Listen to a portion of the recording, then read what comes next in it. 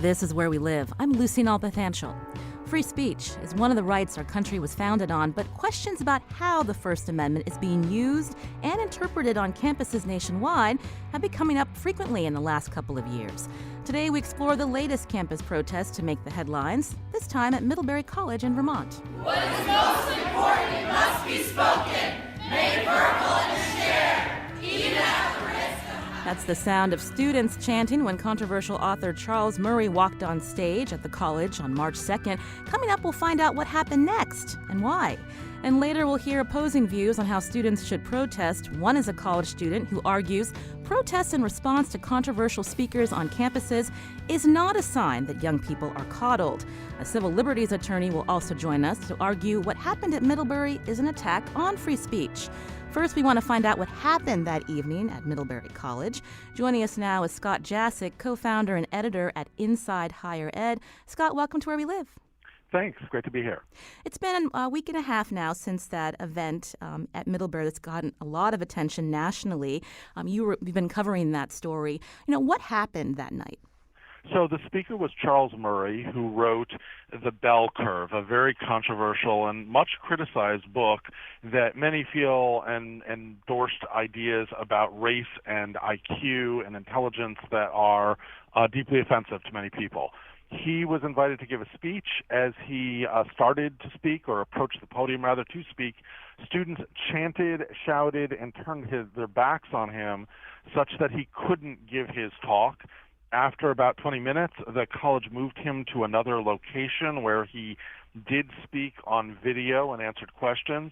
Then, as he and a professor who moderated the Q&A were leaving, their car was attacked and a professor was physically attacked. The protest in the lecture hall is believed to be largely students chanting and shouting.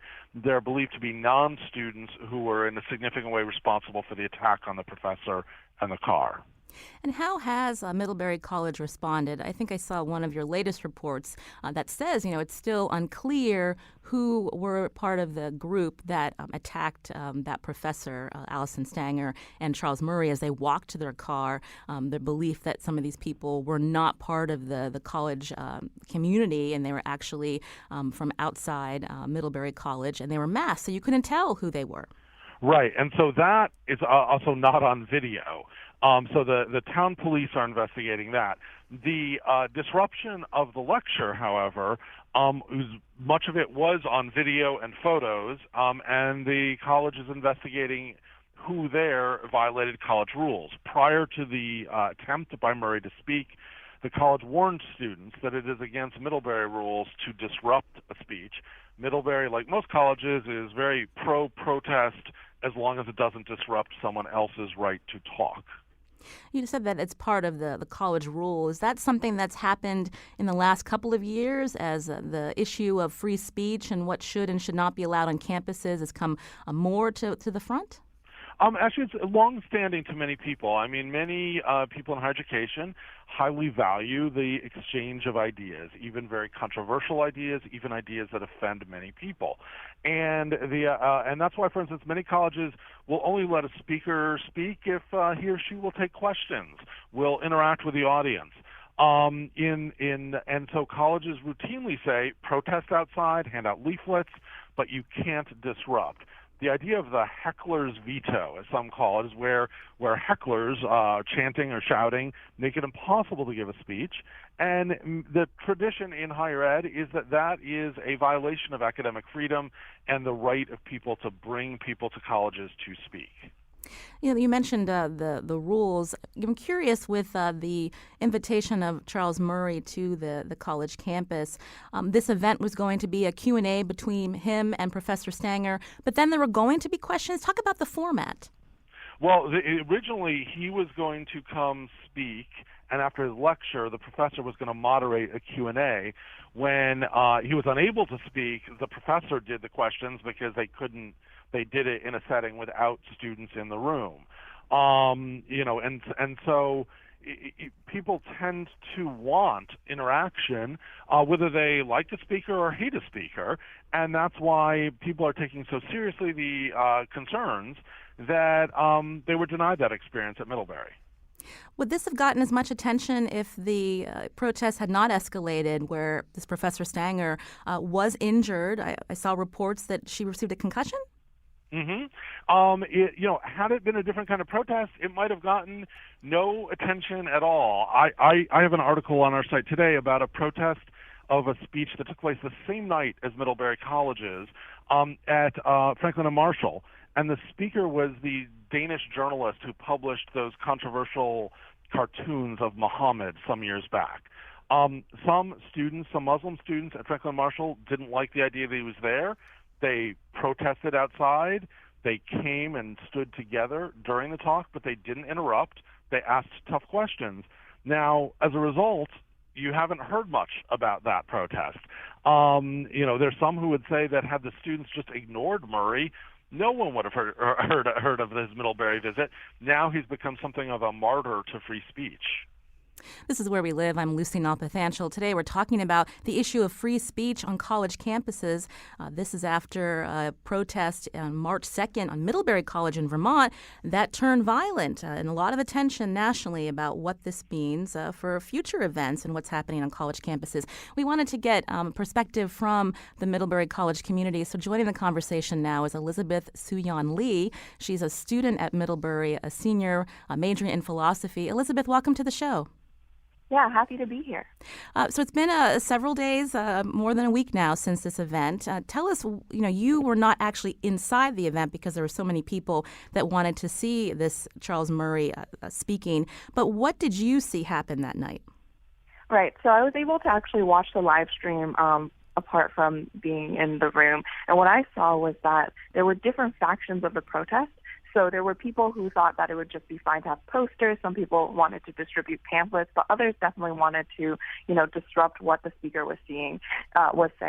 And what I heard was, first there was a reading of the history of eugenics, especially at Middlebury College, because apparently we used to have a eugenics department at Middlebury College. And I think that really touched upon why Murray's research about IQ and race is specifically harmful to the Middlebury community as well as the intellectual community at large. I think Scott was correct in pointing out that after about 20 minutes, the administrators did decide to move to a different location. At that point, I decided to come out and see what was going on with the protests. But at that point, students were actually shut out from the student center by public safety officers, and Murray giving Murray the space to be able to record whatever he was saying. Do you agree with how the event was handled by the school? I mean, obviously there were issues in the op-ed that in the New York Times where you offered up your opinion. There's this concern among campus that giving Charles Murray this event on stage legitimizes some of his controversial views. But what about the way that the students handled it in the audience and not allowing him to speak at all? Is that the most appropriate way? I think that this response was justified. First of all, there was only 1 week leading up to the protest, and there were lots of events leading up to the protest. For example, open letters to Lori Patton, open letters to the Department of Political Science to not co-sponsor this event. I think that because the college administration, as Professor Linus Owens points out in another segment, decided that they would not compromise to any of these letters, I think that this eventually led to the escalation that happened on the day of. I also want to point out that Murray has a history of not engaging with the audience in a legitimate way. He's gone to dozens of colleges and he's been challenged in Q&A, but he's always given answers that kind of push back on people's ability to feel like they belong on college campuses. For example, he pushed the idea that there are no legitimate female scientists. He's visited before, and in 2007, and during the Q&A, he told Black students that they would be better off going to state schools or community colleges because rather than an elite institution like Middlebury. After that visit, there was a debrief by professors saying that they should and would not invite Murray back in a lecture format, and the only format that is acceptable would be for a panel or debate, which is not what happened at Middlebury last Thursday. Do you think, though, that this was a missed opportunity for students and faculty to challenge someone like Charles Murray, who is very controversial, some of his research that has been debunked, instead of shouting him down and now he's getting all this attention, as Scott Jacek says from Inside Higher Ed, as a free speech martyr? Yeah, I think what the ideal situation would have been was to actually be able to challenge him on an equal playing field, right? That means having somebody out there with a point of view that is opposite or contrary to what Murray is saying in order to point out the flaws in his speech. What I was very against, however, and I think a lot of students were very against, was giving him 30 minutes of basically protected speech on a stage with a microphone, as well as security forces, to be able to spew his views instead of having somebody directly challenging him. Because I think that there's already been a lot of pushback against him, and that his work doesn't have much academic merit. It wasn't peer reviewed before he published the work. So I think that in this case, it would have been very academically helpful, as well as helpful for the students to be able to have the voice on the stage rather than only being able to challenge him through Q&A. If I could offer some other perspectives, I think it's important to note that he was invited by a student group, and the way invitations work at many colleges is any student or faculty group can invite a speaker. And the idea is that not every event necessarily represents all points of view, but that cumulatively, by having different people invite different people with different perspectives, you have a sense of free speech. I guess I would ask the question, if everyone has to be on a panel and debated, do students then end up endorsing the proposition that it's a more conservative institution? If Bernie Sanders goes, he would have to be challenged, debated by Ted Cruz. And it's also worth noting that there are many campuses where Bernie Sanders wouldn't be invited, or probably more specifically, where politicians or people who are outspoken in favor of abortion rights or gay rights are denied the right to speak. And so the issue of free speech, it's important to remember that it's not just Middlebury, and but when people argue for certain limits on speech, they perhaps should think about the impact it would have elsewhere.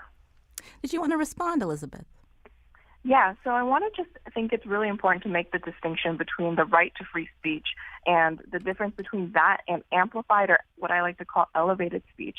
And I think that elevated speech is actually a privilege, because I think on college campuses, what elevated speech means is that it's contingent upon academic merit and the value of your ideas. That is to say, I think colleges have a responsibility to maximize the learning experience of having speakers coming to the college and engaging with the students. I think in this very case, that having Murray alone without any counterpoint to him would not have had much academic merit or maximize the academic experience of students. I think that in this case, the college needed to make sure that the event was accessible to students, and that the event made students believe that their voices were heard within that space.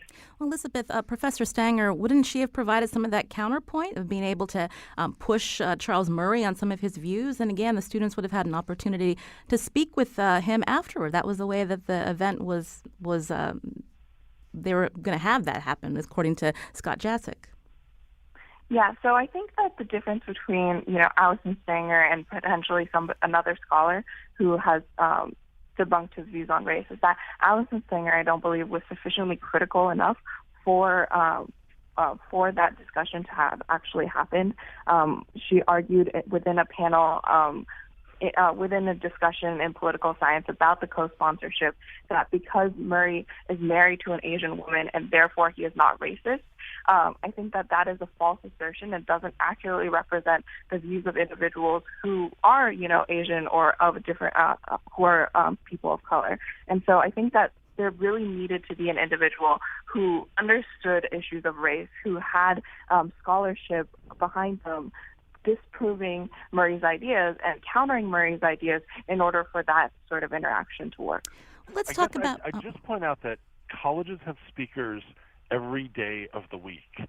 They are not typically reviewed to see, do they have views that everyone likes?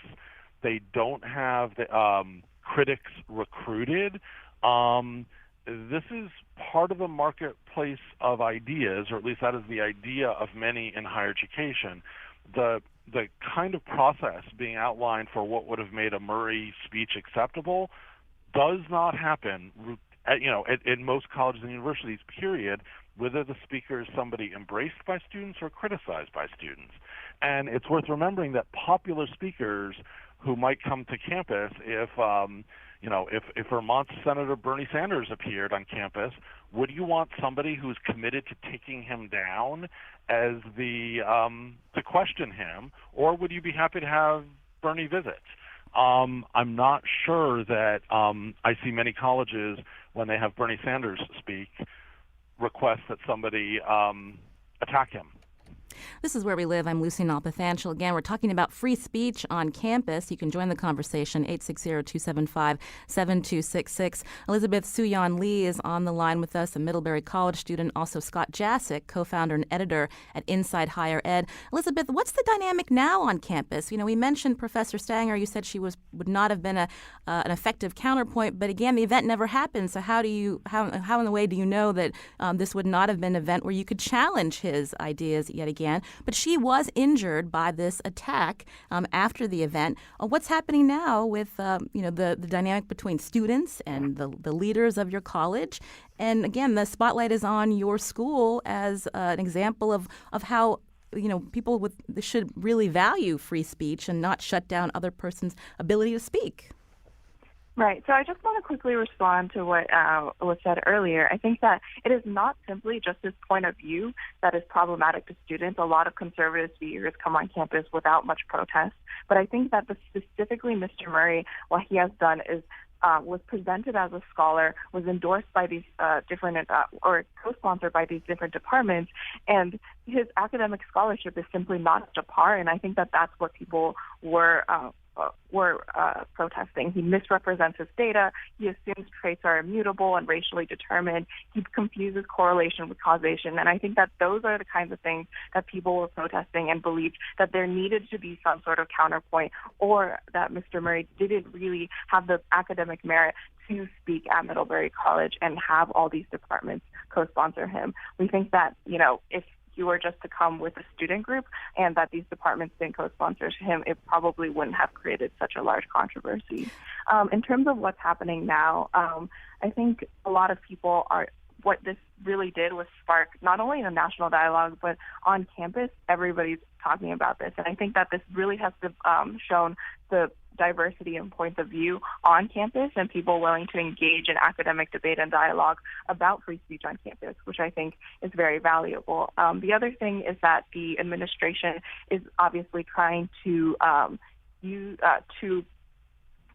have disciplinary action on individuals who violated college policy.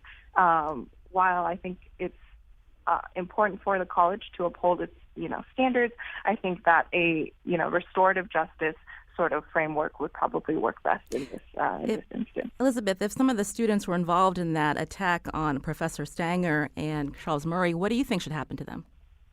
I think that it's thoroughly unclear what actually happened, right? Because nobody has a recording and there's been competing narratives. And so I think insofar as people don't really know what happened, I think it's difficult for us to make a judgment about what narratives are ones that we should trust and which ones we shouldn't. Scott, I'll ask you, again, we're talking about Middlebury College, and you said earlier this is not just happening at this college campus in Vermont. Is there what's going on around the country in terms of trends that we see? There were protests at UC Berkeley in February. We've seen protests here in Connecticut at Yale University. Talk about how colleges are responding, and what does this mean on the larger scale of how we talk to each other in American society? Well, there's been some interesting polling by Gallup that shows that most college students, if you ask them, do they support free speech, they say yes. But many of them say that it's okay for colleges to regulate what they consider hate speech. The problem, and so there is real debate among students about whether certain kinds of speech can be regulated. This is a very challenging issue to the traditions of truly free speech and free exchange. I guess I tend to think that the if you look within higher ed, there are far more examples of ideas that are bad ideas, and many people think Murray's work is terrible, that they get defeated by critique, by engagement. I would say the last 10 days there have been more positive discussion of Murray than prior to the Middlebury protest. Did it really achieve what it wanted? Scott Jassic, co-founder and editor at Inside Higher Ed. Scott, thank you for your time today. Thank you. I also want to thank Elizabeth Suyan Lee, a student at Middlebury College. Elizabeth, thank you for your perspective as well. Thank you for having me here. Coming up, we're going to talk more broadly about free speech on college campuses. What do you think? Do you teach at a local university or college? Are there conversations that are taking place? Are there things that you're afraid to talk about in class, fearing backlash? We want to hear from you. Join the conversation, 860-275-7266, or find us on Facebook and Twitter at Where We Live.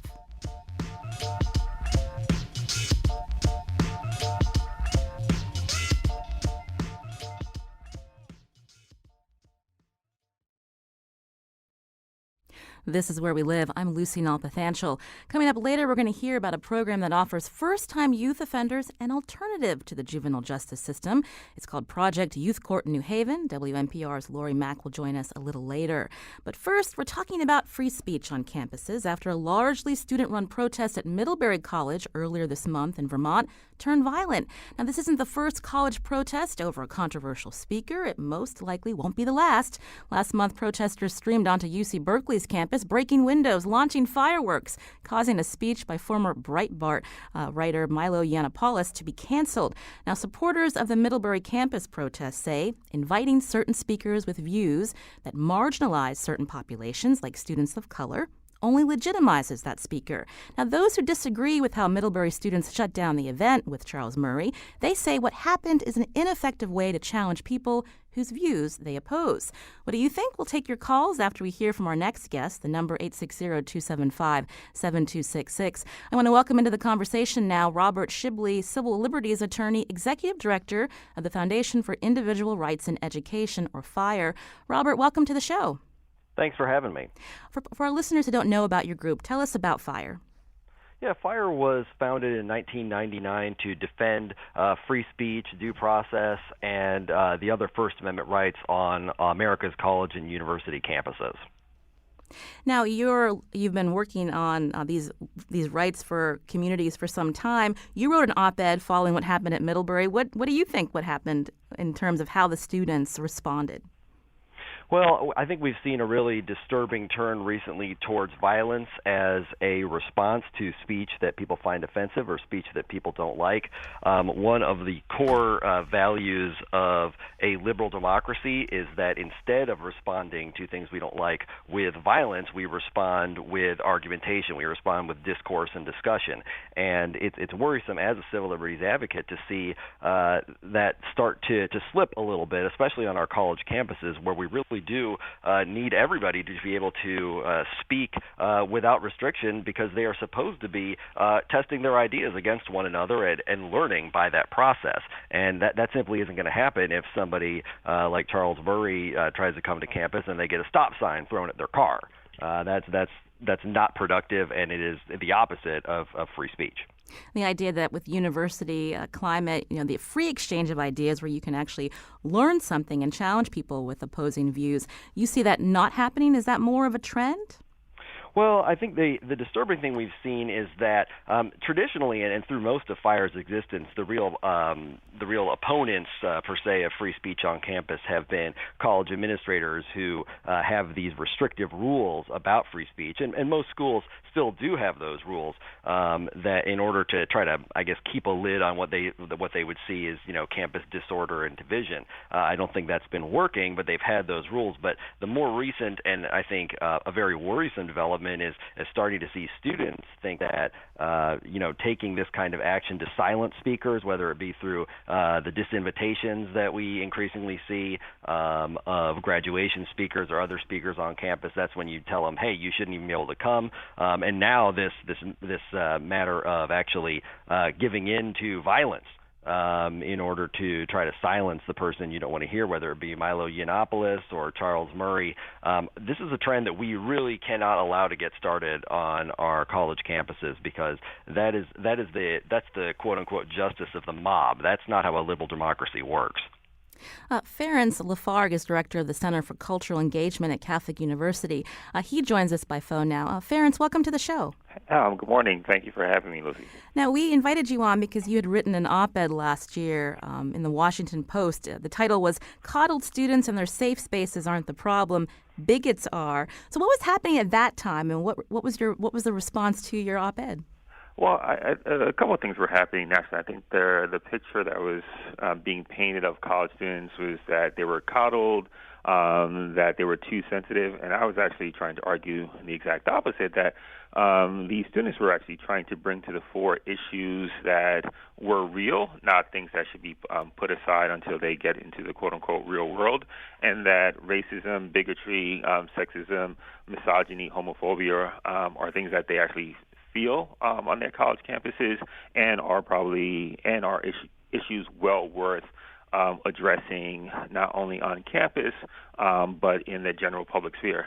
And I would even argue that one of the things that's been lost in some of the more recent conversations is that it's arguably we're not giving a lot of these students who were misrepresented last year credit for being right. If we look at how the election turned out, there's a good argument to be made that the fears about xenophobia, sexism, that these students were trying to raise awareness about are actually still very much in existence. On the flip side, people will say that the identity politics in this country is what led many people who felt like their voices were not being heard to vote for someone like Donald Trump. I have heard that argument, and I think we tend to the term that I use of that is there are a lot of people who suffer from what they call diversity fatigue, but I don't think that's a reason to avoid the realities of the kinds of inequities that are still persistent. I wanted to turn back to Robert Shibley, who's again executive director of FIRE, also civil liberties attorney. What's your take, Robert, in terms of these students that are being vocal? They're part of marginalized populations. They want to stand up and voice their concerns. How do we respond to them? Well, I think first of all, it's important that those students be able to do that through peaceful protest and through open dialogue. And so, FIRE has also, spent much time and had many cases where students who were engaging in peaceful protests were being shut down by their universities, and we've fought for those students. So it is critical that peaceful protesters be able to express themselves. And so that's number one. It's when it starts to cross over into these attempts to silence other people that the civil libertarian calculus starts to work in the other direction. And with regard to this idea that we need to be scared of, or maybe that's overstating it, but that we need to be concerned about these ideas being expressed, there's actually some data on this. In European countries, they've had hate speech laws for years. In France, Holocaust denial has been illegal for decades as hate speech. France actually jailed dozens of people after the Charlie Hebdo attacks for saying things that complimented those attackers on Twitter. And this is in a country with strong hate speech restrictions, and yet a 2014 ADL survey showed that 37% of the French harbored anti-Semitic beliefs. And in Greece, where hate speech has been illegal since 1979, it's 69%, which is horrendous. USA, where we have none of those laws, it's 9%. Now, I understand that the USA is not exactly the same as Greece and France and other European countries, but if the restrictions on what we hear are going to be effective, if that's going to be the argument, let's actually see some evidence that those are actually effective. I don't think it's out there. I want to take some calls now. Stephanie's calling from Hartford. Stephanie, you're on the show. Hi, how are you? Good. Just turn down your radio so we can make sure we hear you. Oh, yes. All right, go ahead. Hi. So I just wanted to kind of comment on something that was said in the whole conversation about free speech. So I'm actually I'm a student at UConn, And I am a firm believer that the students' rights on campus, students who are members of marginalized populations, their right to exist on a college campus kind of free of persecution and free of bigotry is greater than the right of speakers who have those ideas and beliefs to come on campus and kind of project those onto the student population. All right, Stephanie, thank you for your comment. Robert, did you want to respond to Stephanie? Yeah, sure. I mean, I think my question there is that, okay, so we're going to set these rights up against each other, which I don't particularly agree with. But the thing to remember is that when you are making this decision, somebody has to be in charge of deciding, what constitutes bigotry and what constitutes just disagreement, where that line is.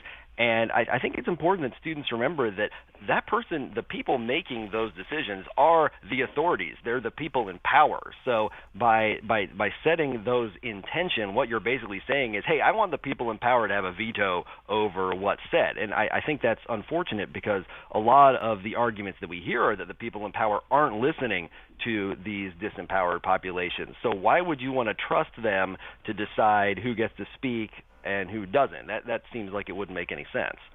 Ferenc, did you want to answer that as well? Yes, I think Robert and I are probably in agreement that one of the things I tell students is that be mindful of whether you're on the left or on the right of an issue. How would it feel is if someone that you're a strong backer of was the person who's not allowed to speak. And actually, growing up in sort of being in college in the 90s, I remember when someone like Sister Soldier, who has been, was banned from college campuses, but now, I think she still tours, still does speaking engagements, and I remember being very sort of critical of the administrators who sort of would not allow her on the college campuses. So these things ebb and flow. And also, the other thing that I would add is that while speakers or these events like the Milo Yiannopoulos event or the Charles Murray incident at Middlebury get the bulk of our attention, the populations that are actually oftentimes most vulnerable are staff members and untenured faculty who can be relieved of their positions.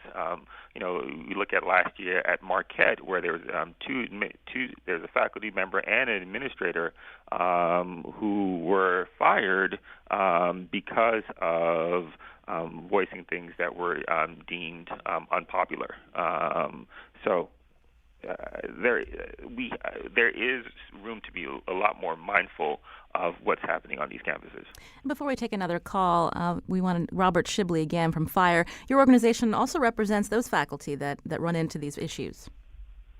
We do. We often have faculty members. In fact, another one at Marquette, so we'll use them as a punching bag here. Marquette seems very willing. In this case, it was a conservative tenured faculty member. They actually have suspended again for saying something that they felt was embarrassing or unpopular. But Ferenc is right. It is generally untenured faculty members have a really tough time with that. There's, I think, been an unfortunate tendency by a lot of folks on campus to think that free speech and academic freedom are only for the tenured. And that's not true. Tenure is supposed to be something that helps that along. But I think with the increase in the adjunct faculty that we've seen and the use of that instead of these tenure track or tenured faculty members, I think the faculty free speech is under a lot more threat than it has been in the past. This is Where We Live. I'm Lucy Nalpathanchil. Today we're talking about free speech on college campuses. Join the conversation, 860-275-7266. Matt's calling from Hartford. Matt, you're on the show. Thank you, Lucy. Thanks for taking my call. I'm a professor at Central Connecticut State University, and I just want to say I'm thrilled, absolutely thrilled, that our college students around the country are out saying what they have to say and standing up for what they believe in, and I firmly believe in protest. I also firmly am opposed to the ideas that are the hate speech that's put out there. But I think Mr. Shibley is absolutely correct in that, we have to hear the other side and give them the opportunity to speak, and we shouldn't go against them with violence and unthought out protests. We've got to beat their ideas with better ideas, and giving them the opportunity to speak gives us an opportunity to dismantle what their arguments actually are, and that's what we should be doing, not just focusing on jumping up and down and screaming and engaging in violence. We really need to beat their ideas with our ideas. And Matt, when you talk to your students, is there an interest in debate? Absolutely. One of the things that I really focus on with my students almost from day one is I discuss with them the difference between opinions and perspectives.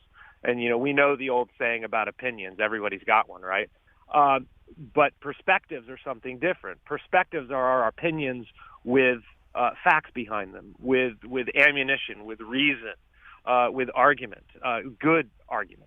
And I always tell my students, the college campus, the college classroom is the one place in this country and on this planet where any idea should be able to be put forward, but don't expect your ideas to go unchallenged. And that we have to, we don't have to agree with somebody. We don't even necessarily need to respect what they have to say, but we have to respect their right to say it.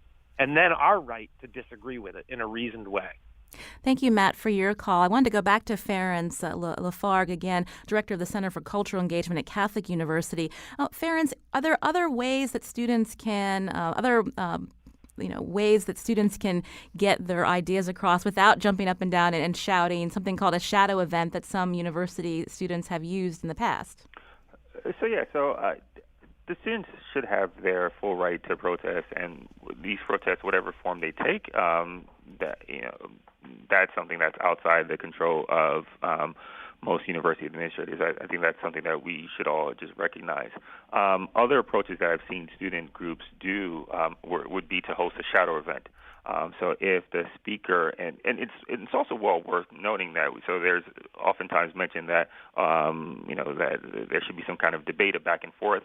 There's sometimes in these speaker contracts where they actually say that they don't want a debate. There's some speakers who who are very cautious in terms of the kinds of questions that they take. Some will only take questions in advance.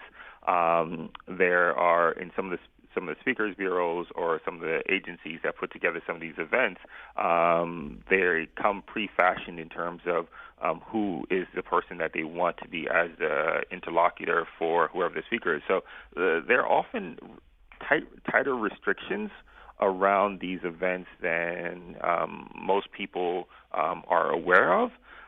Which is why students may have to succumb to doing a shadow event. The other way that students tend to kind of show whether or not their opinion on the speaker is also just plainly by showing up. I know that as a student affairs administrator, the hardest part at times is just getting students to show up for a lot of these events. So when there are events that are kind of overwhelmed, whether it's because there's a strong opposition, in effect, the groups that are planning those may see that as a success. If you're comparing a speaker that brings out over 100 people and a fair amount of opposition versus any number of the speakers who show up on college campuses that maybe are speaking to an audience about 15 or 20 students, there's an argument to be made that the high-profile event that brings out the opposition as well as the supporters ends up being a more successful event. I wanted to turn to back to Connecticut. Fairfield University is located here, and on the phone with us is Jennifer. I know you're with Fairfield University. Just in the last week, there was a controversial speaker at the university, a feminist, Ayaan Hirsi Ali. Some have called her an anti-Muslim extremist. How did that event go, Jennifer? The event actually went extremely well. We've got something called the Open Visions Forum that we've had for over 2 decades at Fairfield, which has really brought to the stage global thought leaders from across a whole range of political spectrums over the past, 2 decades or so. So when we had the event last Wednesday night, it was a packed house. There were a lot of questions and answers. We made the decision to have live question and answers with the audience. And there was a wide range of dialoguing with the speaker, a lot of questions on both sides of her viewpoints. And, I think for all intents and purposes, it was a great forum for discussion and forum for hearing, somebody's somebody's personal story. Something that we should also note, that week the Muslim Students Association hosted events about Islam at the university. Do you think that helped, just having that counterpoint of events all week to talk about some of the perceptions of the religion? I do think that helped, and I think that's partly due to our Jesuit roots. We are dedicated to a culture of inclusion. We allow for a diversity of religions, cultures, perspectives, and we encourage our students to engage in those dialogues. So when we've had, controversial speakers in the past, when national events have happened, our students here on campus have engaged in dialogue with each other, with various faculty and staff members, to express their views, discuss their concerns. We've had things like brown bag lunches and forums, and we've even had shadow events that were mentioned just before on the show. Well, I want to thank Jennifer Anderson with Fairfield University. We're almost out of time, but I want to thank Ferenc Lafargue, Director of the Center for Cultural Engagement at Catholic University, for joining this discussion. Also, Robert Shibley, Civil Liberties Attorney, Executive Director of the Foundation for Individual Rights in Education. Robert and Ferenc, thank you both. Thank you. Thanks for having us. This is Where We Live. I'm Lucy Nalpathanchel. Coming up, we're shifting topic to juvenile justice and a unique second chance program in New Haven. That's after the break.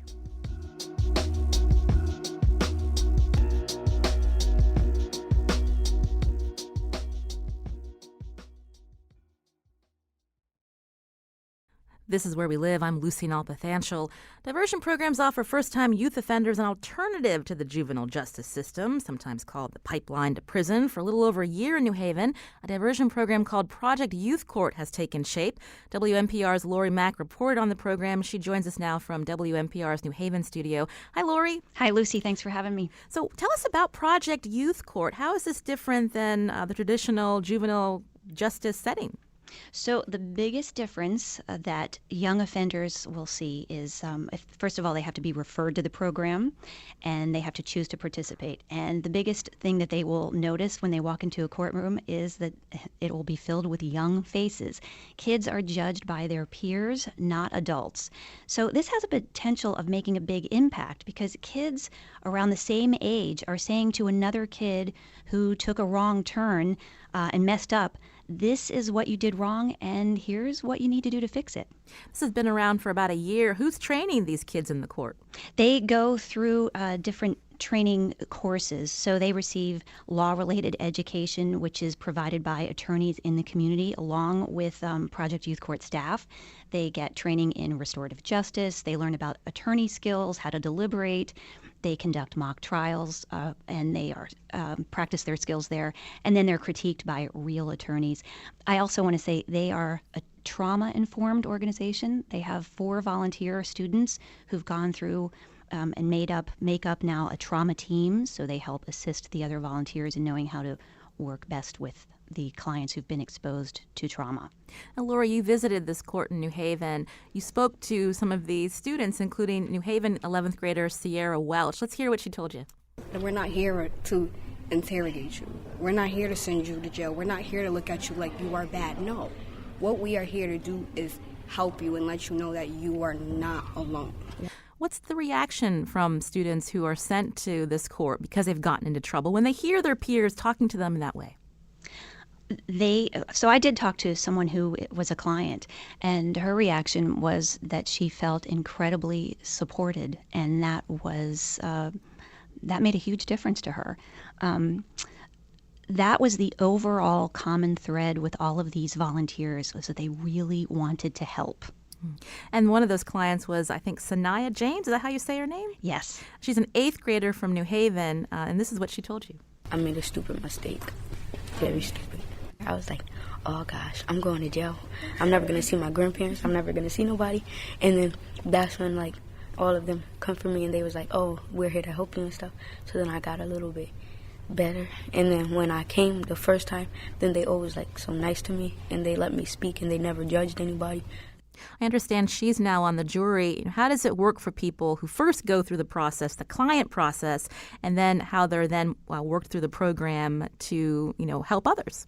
So she came in as a client, as you said. They are given a restorative contract so that they must fulfill. She has, by the way, completed her restorative contract. I'm really glad you played her clip. I'll say more in a second. But on that restorative contract, they will be recommended to complete a certain number of community service hours, or maybe provide a written letter of apology, perhaps attend some programs. All of them must participate on the jury. So they must go and be part of the jury. This is an important part of the program because the clients are now integrated into the group and they will be on the other side. This is the time that they're judging another kid who messed up. They know exactly what it feels like to sit where they are. So they can offer a perspective that most of the youth court volunteers can't. So Sanaya, in her case, she fulfilled her restorative contract. She had mentioned to me when I spoke with her that she was very interested in becoming a volunteer, and she has since done that. So she's gone through 2 training courses, and I talked to the director, Jane Mashad, and she says that Sanaya is now chomping at the bit to be an attorney. You also spoke to attorney and board members of this program, Amanda Oakes. There's a reason that these things are going on, and a lot of the reasons that these students are committing these offenses are because of things that we hear about in our country every day: poverty, housing issues, violence, domestic violence. It's very frequent that we have a client whose parent is incarcerated or whose family has struggled with drug abuse. So you're getting an idea of what's happening in the home. You said that this program has been around for a year, so what kind of impact is it making? On the clients? The clients, the young people. So far, I can say this, because they're so new and they're still being discovered, I know that they have 3 clients who have decided to stay after successfully completing their restorative contracts. So they have chosen to now become volunteers. I know that they have heard over 20 cases, and out of those 20 cases that they've heard so far, they have had 85 to 90% success rate, meaning that those clients have completed their restorative contract successfully. And the point that the young person that decides to go to youth court, they're staying out of the juvenile justice system, because once they're in the system, it's a lot harder for them to get back out. Right. So they do have to make the decision when they're referred to the program. They do have to decide to participate. They also have to take responsibility for their actions. So guilt has already been determined. And Project Youth Court's happening in New Haven. Anywhere else in the state? There are over no, not in this state. This is the only one that exists in Connecticut. There are over 1,000 youth courts that are in other, I think, 49 states, including the District of Columbia. So it's up and running all over the place. It's an interesting program considering the idea of second chance. We hear so often from Governor Malloy's administration to help people that have already been in prison and when they get out so that they don't return. But the idea of being proactive, helping these young people so they stay out of prison. Mm-hmm. Is this a program that has has legs and will continue? That's the hope. It's hard to get real statistics. As these other states have also taken on youth courts, it's important to say that there is a national model that they follow, but they're all different. So, for example, their referral sources are different. In New Haven, their clients are referred by either the New Haven Police Department or public schools in New Haven. In other states, that varies. It could be a probation officer or family court. There's also a difference in who judges. In New Haven, there's always an adult who's either a judge or an attorney who presides over the cases. In other states, that could be a youth as well. And there's funding for this? That's a problem. They've gotten some grants and help from the United Way and some private donors, but that is certainly an issue that they are struggling with, is funding. Well, I want to thank WNPR's Lori Mack. You can learn more about her story on our website, WNPR.org. Lori, thanks for joining us today. Thanks for having me. Our show is produced by Lydia Brown. Our technical producer is Kyone Wolf. WNPR's executive producer is Katie Tolarski. You can check out our website, WNPR.org/where we live for more about the show. I'm Lucy Nalpathanchel. Thanks for listening.